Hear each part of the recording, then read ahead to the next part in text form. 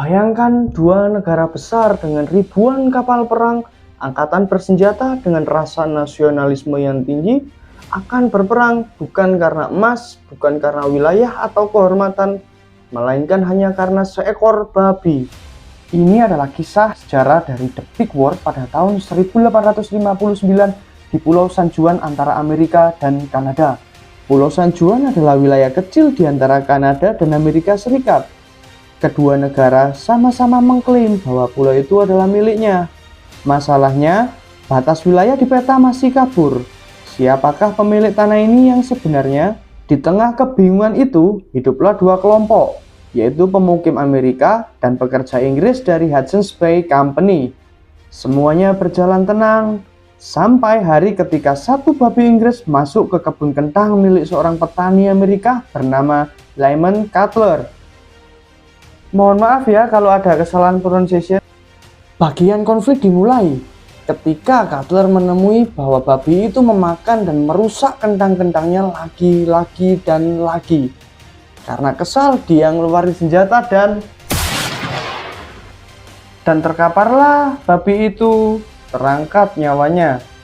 Babi itu milik seorang pekerja Inggris bernama Charles Griffin. Dia marah dan meminta ganti rugi. Konflik itu terus berkembang hingga menjadi pertengkaran antar warga hingga sampai ke telinga militer. Dalam hitungan minggu, Amerika mengirim 66 orang prajurit di bawah komando Kapten George Pickett. Dia dengan lantang berkata, tidak ada orang Inggris yang boleh menginjakkan kaki di Amerika ini. Inggris tidak tinggal diam. 3 kapal perang raksasa datang membawa lebih dari 2.000 prajurit dan meriam berat.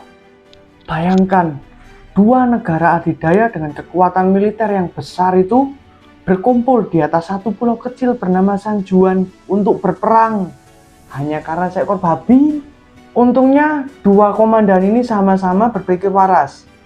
Mereka mengira ini konyol kalau hanya berperang demi seekor babi. Mereka bersepakat tidak ada yang menembak duluan. Negosiasi berjalan hingga berbulan-bulan, hingga akhirnya mereka bersepakat untuk menyelesaikan masalah ini dengan damai. Walaupun dua komandan militer itu sepakat untuk berdamai, tapi wilayah itu masih menjadi perdebatan. Negara berdaulat mana yang berhak untuk mengklaim bahwa San Juan adalah miliknya, entah Inggris atau Amerika? Kedua kubu, yaitu militer Inggris dan militer Amerika, masih mengklaim bahwa wilayah itu adalah miliknya. Hingga ada sebuah resolusi, yaitu Perjanjian Treaty of Washington tahun 1871, memasukkan perselisihan tentang perbatasan San Juan ke dalam isu yang harus diselesaikan secara damai. Sebagai bagian dari traktat itu, masalah ini dirujuk ke arbitrase oleh Kaisar Wilhelm I dari Kekaisaran Jerman. Sebuah komisi arbitrase 3 orang bertemu di Jenewa, mendengarkan argumen dari kedua pihak, memeriksa peta, kondisi navigasi, penggunaan channel laut, dan sejarah penggunaan wilayah.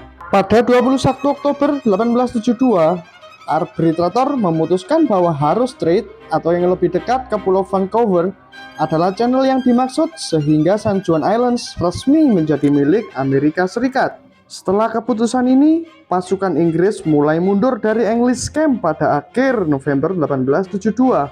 Pasukan Amerika Serikat baru meninggalkan American Camp beberapa waktu setelah itu, yakni sekitar tahun 1874.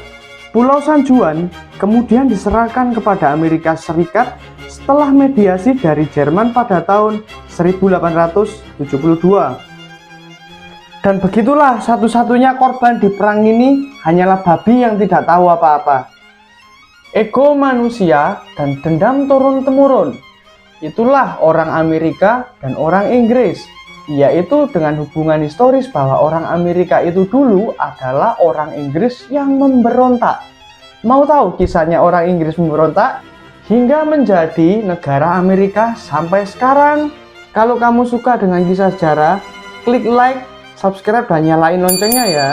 Dari kisah ini kita mengingat bahwa perang besar bukan hanya karena kebencian aja, tapi hanya karena masalah kecil yang mungkin berawal dari ego manusia. Karena sejarah itu bukan cuma soal kisah masa lalu, tapi cerminan untuk kita hari ini. Sampai jumpa di episode selanjutnya. Revolusi Amerika.